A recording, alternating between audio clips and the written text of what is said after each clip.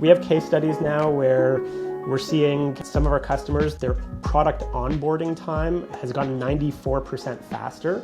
And so they used to have about 3 full-time staff doing about 10 hours of work keying stuff into their PIM. Now that's gone down to about 30 minutes for one person, and then another individual to double check and review that work. So Bijan, last week we were together in Scottsdale, Arizona for B2B e-commerce world. We're recording this a week after the event.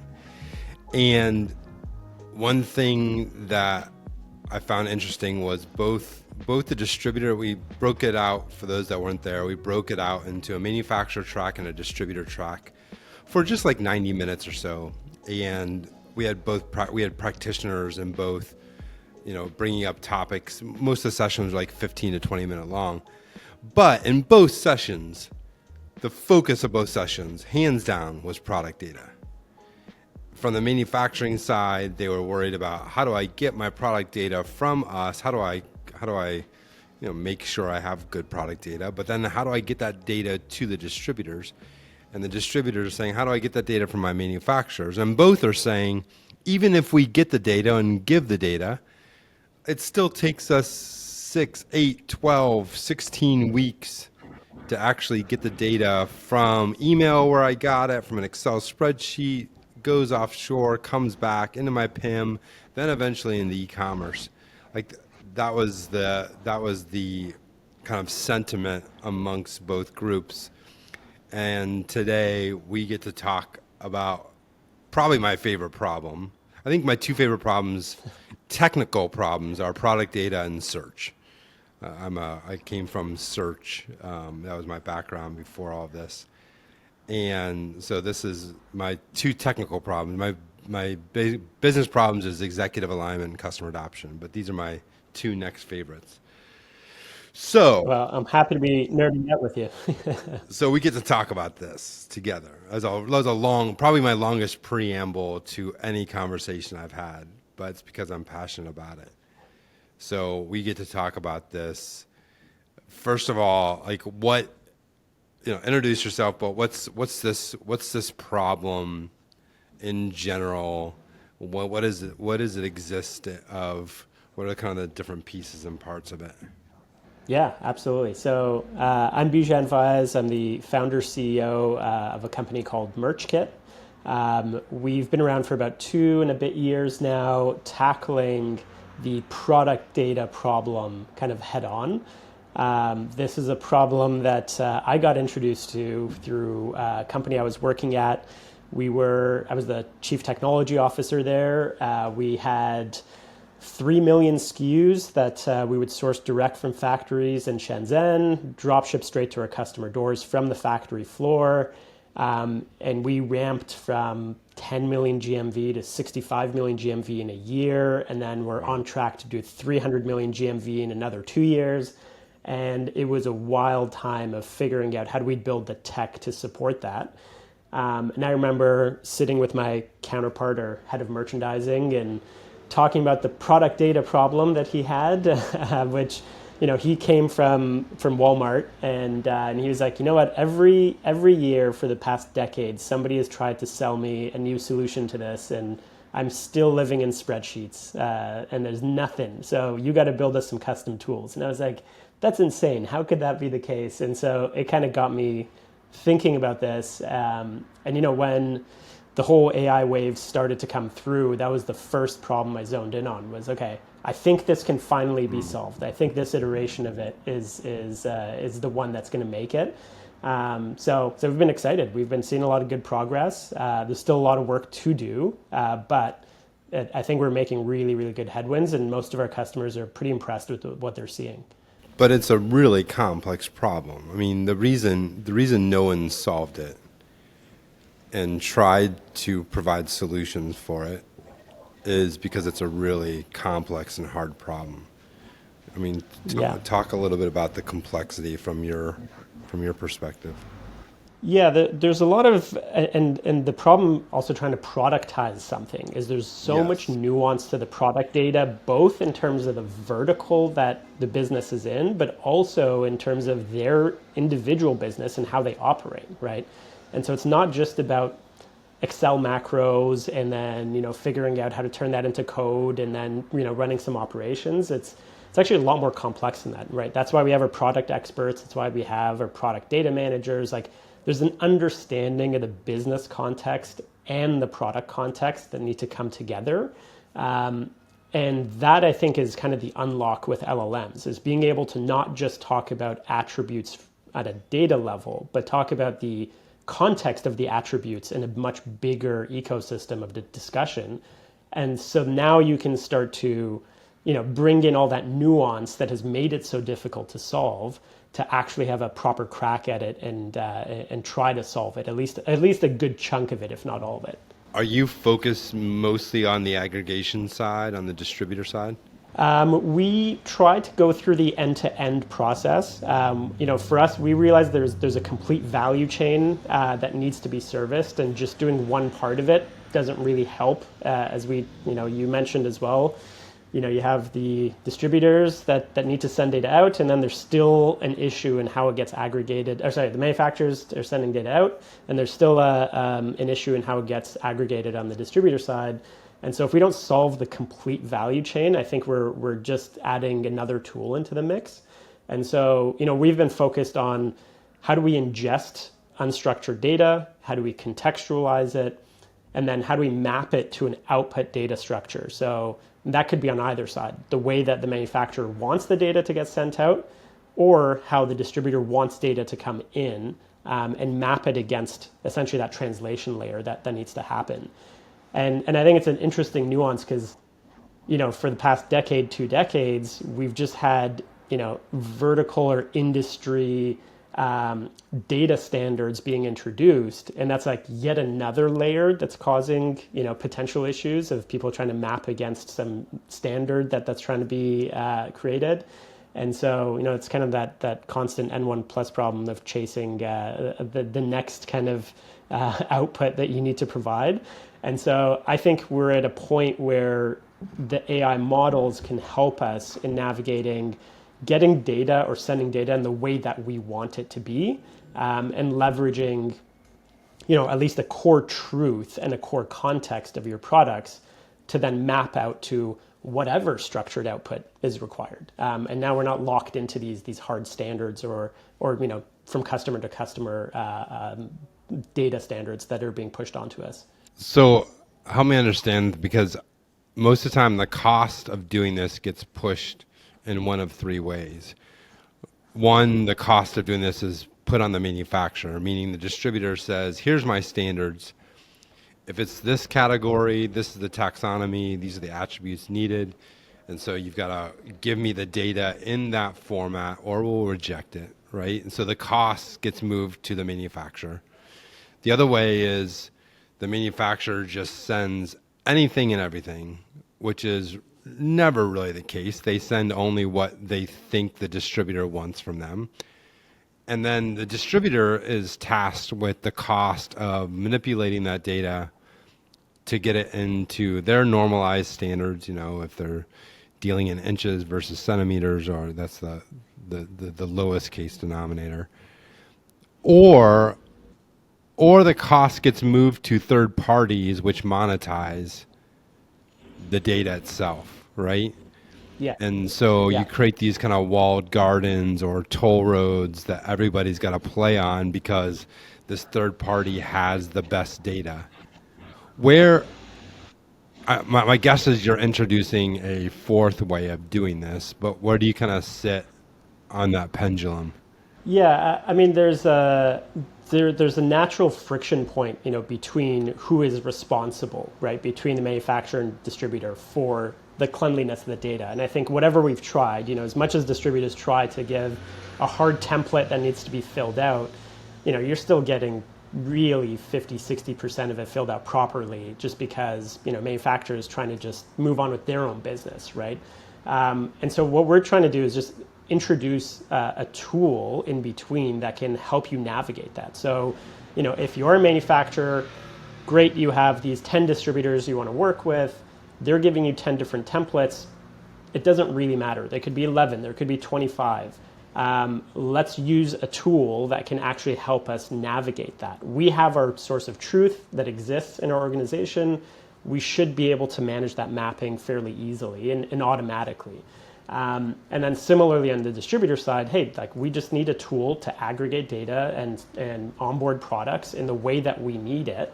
And it just becomes another tool. Like we don't want to monetize the data. We don't want to control the flow. We know there's nuanced relationships as well of like what data gets shared to who. And so for us to insert ourselves into the middle there is probably a lose-lose situation, I think, for most folks. And so we're really just trying to be a tool that helps the natural way of the way that the human business is operating, just operate in a faster and more efficient way. How do you, I think the other issue that I hear is the problem is if you get an attribute wrong, people die, right? I mean, if you get the flow rate wrong or you mistype an attribute for flow rate and it's stated wrong and it's going into a big chemical plant and the flow rate's wrong and then the chemicals that can go through the valve are wrong, that's a safety, compliance, legal potential problem there. And most people are just fearful of that problem. So they either push the liability to someone, right? A third party or back to the manufacturer or whatever it might be. Or they're manually doing it themselves. They're merchandisers. We have less merchandisers in B2B, but their category managers are handling it instead, and it goes through this kind of lengthy review process. Yes, and it is a huge problem in B2B. And funny enough, I didn't come to this problem from a fairly regulated data side, but one of our very first customers that we ended up connecting with was an appliance distributor. And the problem that they told us about was, hey, you know what? We're having a hell of a hard time keeping the detailed installation specs, up to date for every single product that's coming in the door. And we just had a lawsuit, served to us, which our insurance took care of. But this is still a headache that we constantly run into, which is somebody in our offshore team actually had mistyped something and miskeyed in an attribute on the voltage requirements of this. The contractor for the customer ended up, building their electrical panel to spec. And then once they brought in the appliance and plugged it in, it blew the whole panel up. And then we were liable for all of that. And so we had to have our insurance take care of it. What do we do in this scenario? And can AI help? And so we're like, let's explore and let's see if our data accuracy side is better than somebody offshore keying this stuff in and copy pasting values from a spec sheet and how does that all work out? Turns out actually the interesting part for them was we also know we shouldn't be using offshore folks to do this, but for us to hire product experts as merchandisers or category managers to actually that know the details of these attributes, that can just look at it and say this is wrong. It's just we can't hire those people, and there's not enough of them out there, and most of them don't want to be sitting in a desk job, just like looking at data all day. And so we don't really know what to do at this point. And that was literally one of our first customers. So we kind of had to tackle this head on. And what we realized was, one, yes, the AI is good enough. It's not perfect, right? We're talking at about 97+% accuracy, so you're still going to get some erroneous stuff out there. The important part is an expectation setting of these tools, which is the way that we position it is we are not coming in to take away the product data problem off your hand. The reality is this is a tool for your existing team. And the same way, and I think there was an AI track, at the event as well that was talking about this. AI is a tool for the humans to continue doing the job that they're doing, just faster and better and more efficiently. It's not going to replace the human. It's not replacing the human expert. It's not replacing the merchandisers and category managers. Their job just gets a lot faster and better, where they don't need to do 80 to 90% of the manual keying. They just get to spend more time on the stuff where their expertise shines, which is, on the review side and validation side.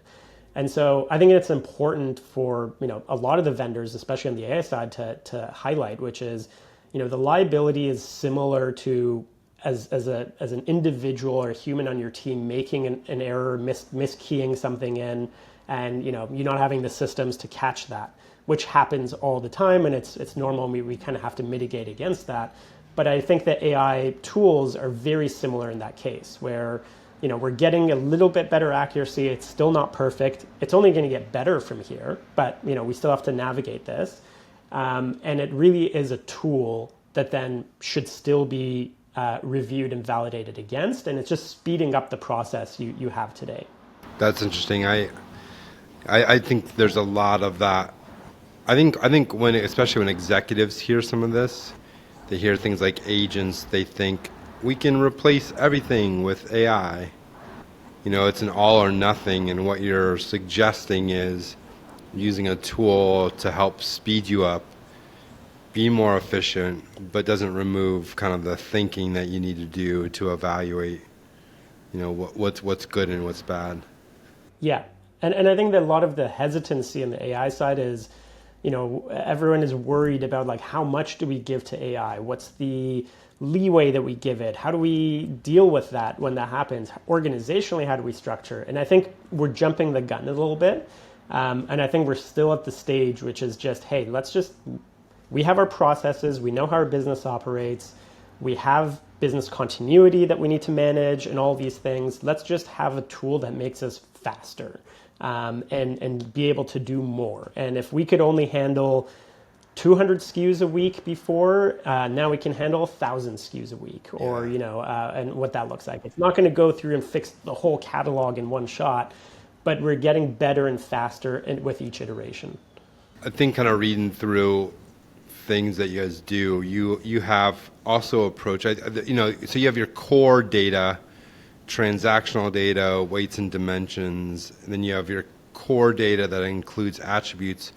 But then you have all this other data that's out there, right? Structured and unstructured data around the product. You mentioned one of your first customers was an appliance distributor where you were making sure the installation instructions were correct.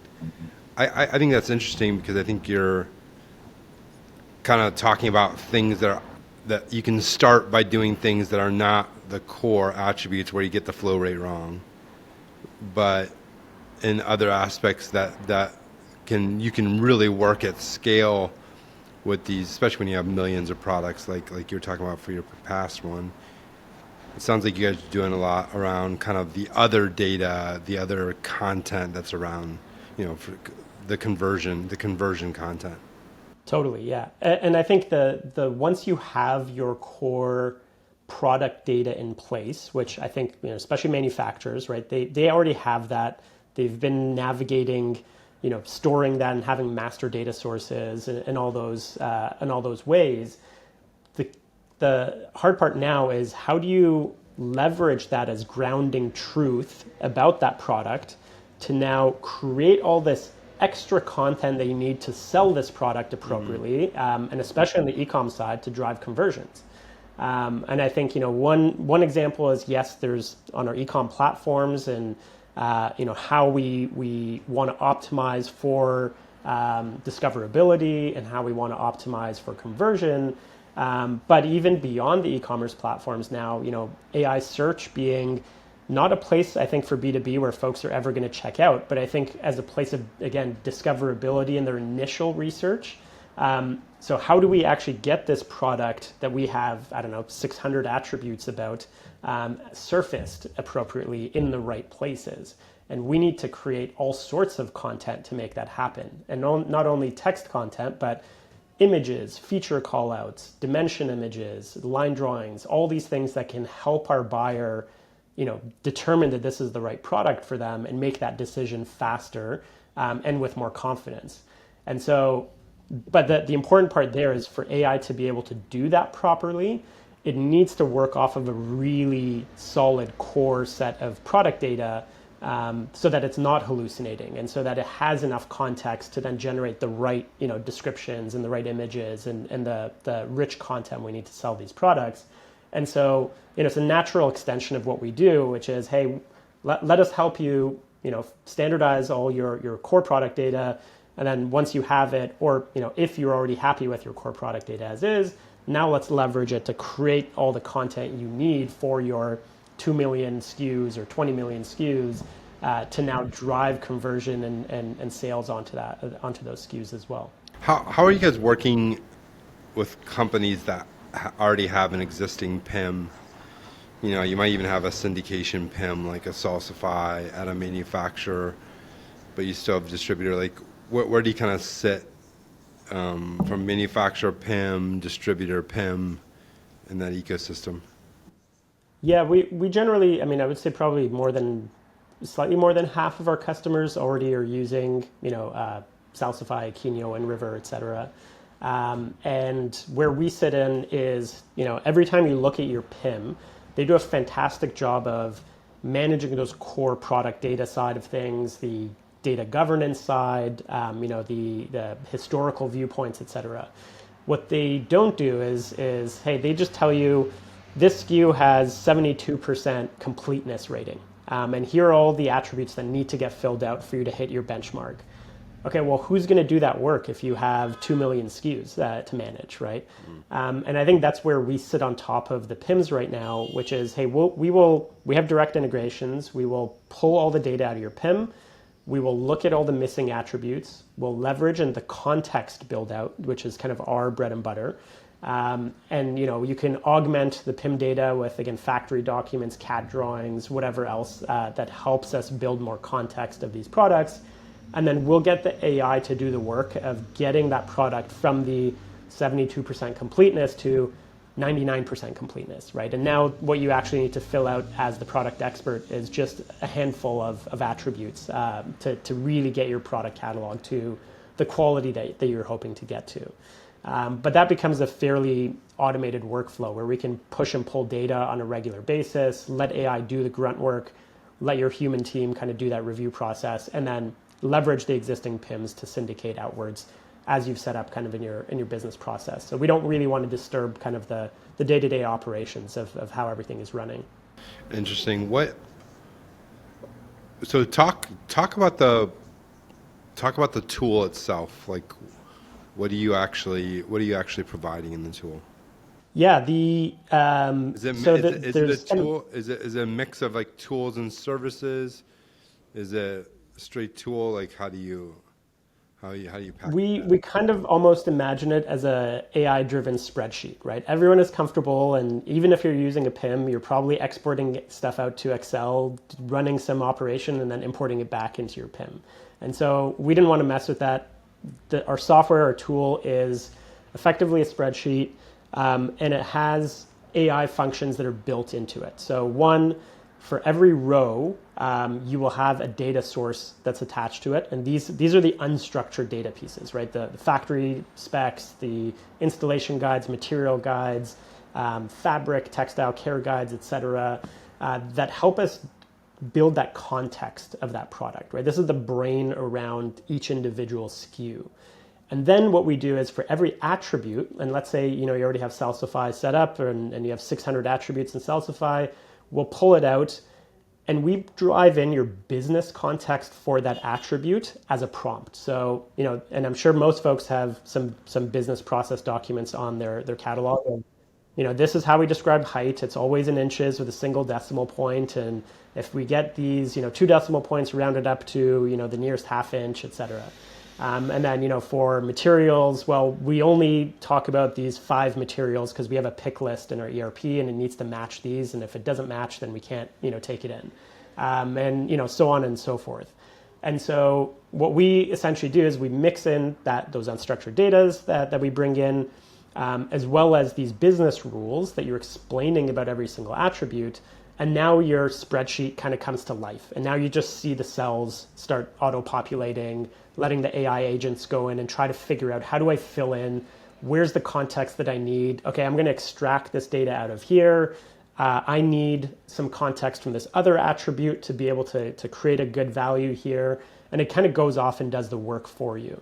The interesting thing and unique part about our tool is it'll actually highlight the work that it's actually doing. So it'll give you data sources. It'll say, you know what, I found this, dimension from this document. I extracted that out. Then per, your guidelines on dimensions, I rounded it up to the nearest half inch.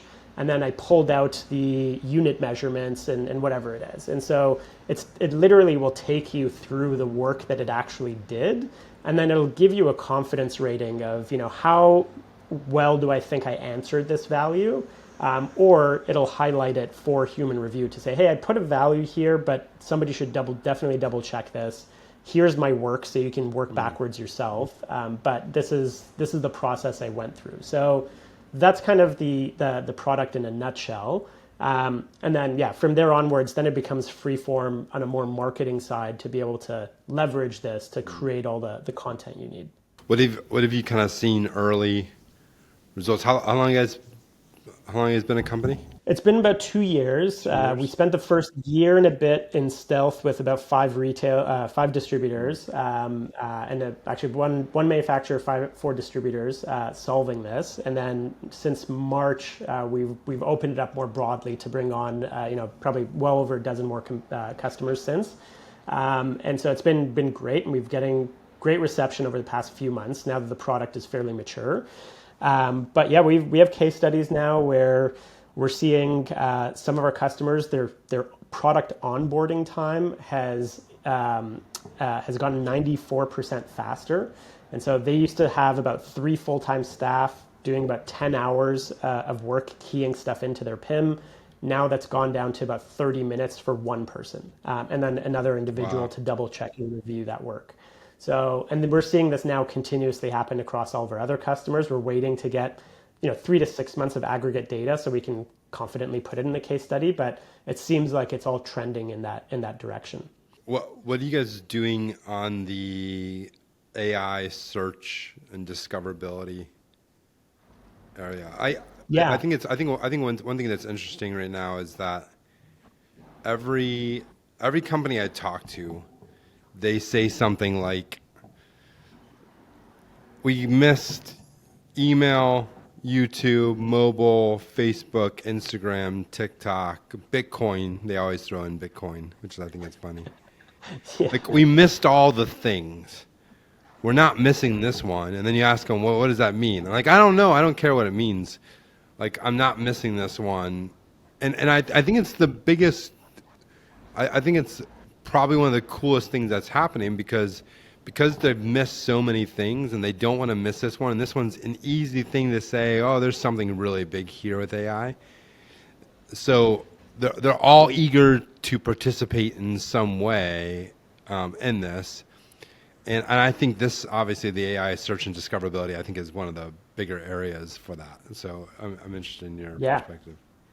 Yeah, totally. And yeah, it is a super exciting time. And we have to all also understand we're still in the first inning of this, right? It's there's so much that's going to be changing. There's so much that is still unfigured out, but it's a great time to start building the practice that you're going to need to kind of evolve into this new world, essentially.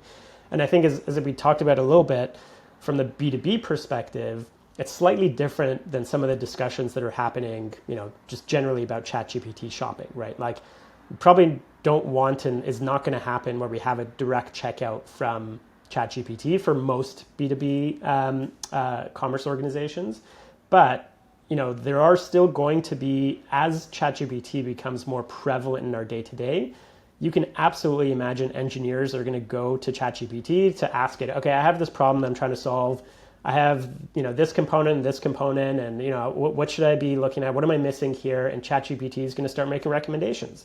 And so how do you make sure that you're even if it's not the product or component, but at least your brand surface is there to say, you should probably go talk to them, and they have professionals that can help you kind of solve this problem and refer the right components to you, right?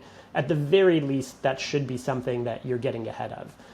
And so what is the process of doing that, right? And a lot of that is the stuff that you're probably already have been looking at with SEO, which is, hey, we probably need to get PR done. We need to get articles written about us in all sorts of different avenues where we're a trusted source, and build authority essentially on the internet.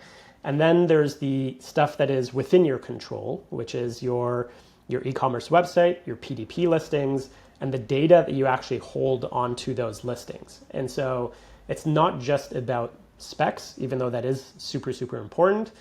But the way that ChatGPT works is, ChatGPT has a context around the user that's asking the question, right? It knows that the user is a technical engineer. It knows the user is in a certain region. It knows certain facts about that user. The user asks a question, and then it goes through a corpus of text. It needs to go through and scrape the web and then try to find the best answer. And so if what you have on your PDP page is not going to answer that question in the relevance of that user that ChatGPT knows about, it's just going to skip that and say, okay, that's not relevant to this. I'm going to go find more credible sources. So the really easy part here is leveraging all the attributes and the core data that you actually have to now start to formulate the type of copy that helps a large language model actually be able to connect the dots. Mm-hmm. And a lot of that is use cases. Who is this for? What scenarios should this be used and should it not be used? What are the care instructions? The purchase process for this, returns and warranties and all sorts of things need to be laid out very clearly on a PDP page so that, ChatGPT or other large language models have that context to be able to connect the dots. And the great part is, again, your core data has a lot of that context built in. It just requires, again, a product expert to know how to talk about it and how to create that copy that's going to help. And so that's the part where we're helping with, is saying, hey, let's imagine ChatGPT is yet another distributor on your list as a manufacturer, or another source of traffic for you as a distributor. What are their requirements? What do they need from our data for us to be successful on that channel?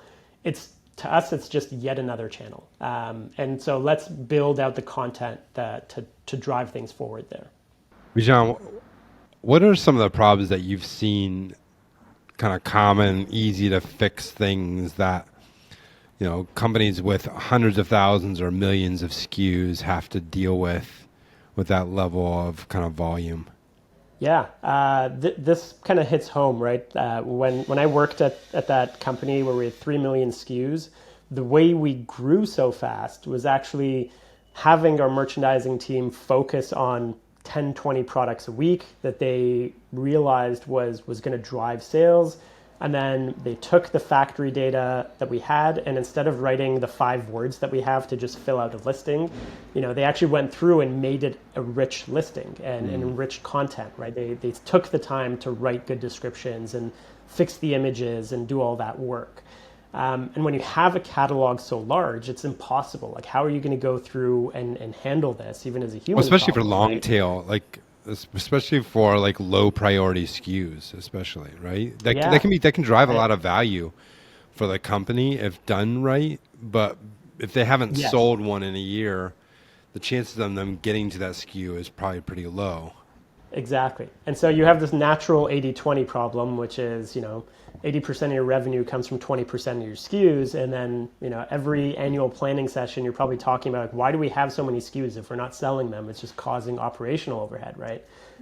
It's a problem. And so and everyone knows, it's we don't want to remove the SKUs and trim our assortment because, we need this. People might come to us for it. And that's what we want to serve our customers when they do need it.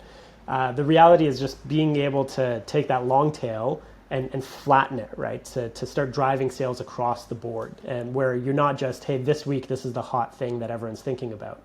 And so that's kind of the interesting part where AI can really step in, is to say, hey, let's get AI to take our template structure of how we want to write about our products, the feature list that we want to create, the way that we think our buyers are actually searching for products and what they're looking for, and now use the core data. So again, we don't want to put this in ChatGPT because you're going to start getting hallucinations and incorrect stuff, which is going to cause issues. But a tool like ours, which can ground its generations against some source of truth, to generate rich product descriptions, to automatically create feature call-out images, and feature dimension images and things like that, where we never would have had the manpower to handle this for a million SKUs. We would have only been able to at best do 1,000 or a couple thousand SKUs a month. Well, great. Now you can do 10 times to 100 times that. And you should see that, that flattening of that 80-20 to start driving some sales to your long tail. It makes so much sense. And then that's kind of making incremental improvements versus trying to handle the whole SKU, everything on the SKU at the same time, right? Yeah, exactly. And the reality, I think, is, and this is fun conversations I was having at the event last week, where a lot of the B2B organizations, their customers have been with them for 10 years, 15 years. They know the catalog, they know everything that they want inside and out. But as we all know, those folks are also starting to phase out. We're getting some fresh faces in. They don't know what they're looking for. They're not getting the mentorship that they need. They need to be exposed to these catalogs in a much friendlier way, in a way they understand. And that is kind of the opportunity as well, to say, hey, it's not the same customer that I've always had coming through the door now. We're having a new generation of customers that aren't familiar with our catalog. And a 5-word product description with a bunch of acronyms is not really going to help them buy the right thing. And maybe they do buy because they need it, but now we're getting 25% increase in returns from that customer segment, right? They keep buying the wrong thing. And so this is a very, I think, easy apple to pick right now to start solving for. There's all the complex stuff we can talk about later on, but this one, to me, is like a very simple fix, and we can do this in a matter of weeks for some of our customers. You had said you'd been on the road, as we were talking before this, quite a bit, a few conferences. What was your opinion of B2B e-commerce world?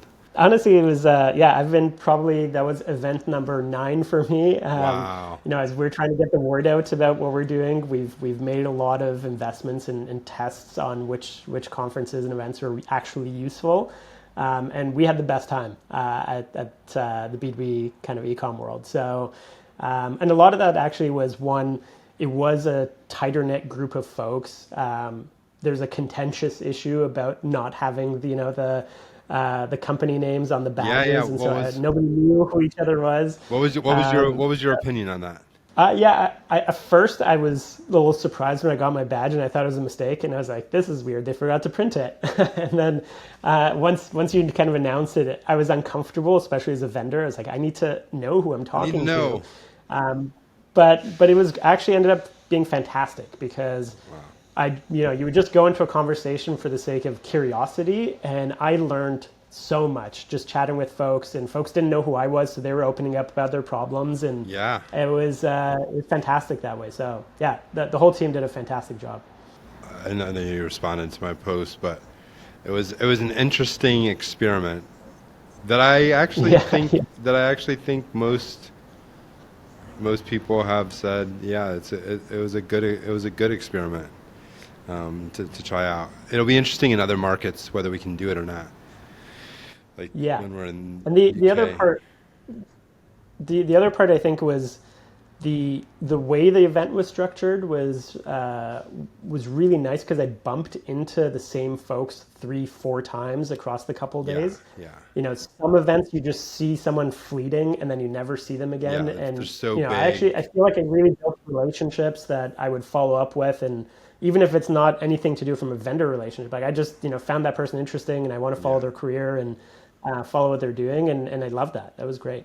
I think part of that too was having everybody in the same hotel, ish. We had to split between two, but so everybody, and then we did everything together. So we had the meals together, we had drinks at night together. We didn't, there wasn't a separation, to a bunch of vendor dinners and stuff like that. Although that happened a little bit, and so we were seeing the same group of people over and over again. Without overstaying your welcome, right? It was only 2 days. So Yeah. It wasn't that bad. Totally. This is amazing. I would love to talk, there's a couple other topics I want to talk about in the future, Bijan, like how does someone think through selecting AI technology and tools and partners and all of that, as well as all the kind of new things that are changing on a just daily basis. I would love to just keep having you back and keep updating us on what's going on, especially related to this problem. Yeah, absolutely. This has been amazing, Bijan. Thanks for coming on. Thank you for having me. This is fantastic. Manufacturers, distributors, leaders in the zone. If you're building B2B, this the podcast throne. The industry's heartbeat, we're setting the tone. Turn insights to actions, it's how empires are grown. We're talking change management, breaking resistance. Strategies so sharp, they redefine persistence. Customer adoption, it's more than retention. It's building a movement, commanding attention. It's the B2B e-commerce show, where the vision is clear and the strategies glow. From the top of the globe, we're the pros who know. Turn the volume up loud, it's time to grow. We bring news, big topics, insights to spark. From the boardroom's glow to the warehouse dark. Digital transformations, the path we're paving. Helping you lead through the change you're facing. This is more than a podcast, it's the industry's voice. Giving you the tools to make the right choice. No fluff, just facts, no hype, just action. The show where solutions are more than a fraction. It's the B2B e-commerce show, where the vision is clear and the strategies glow. From the top of the globe, we're the pros who know. Turn the volume up loud, it's time to grow. This is your guide to the digital race. Practical advice, no time to waste. So tune in, gear up, and let's own the space. It's the B2B e-commerce show, the industry's base.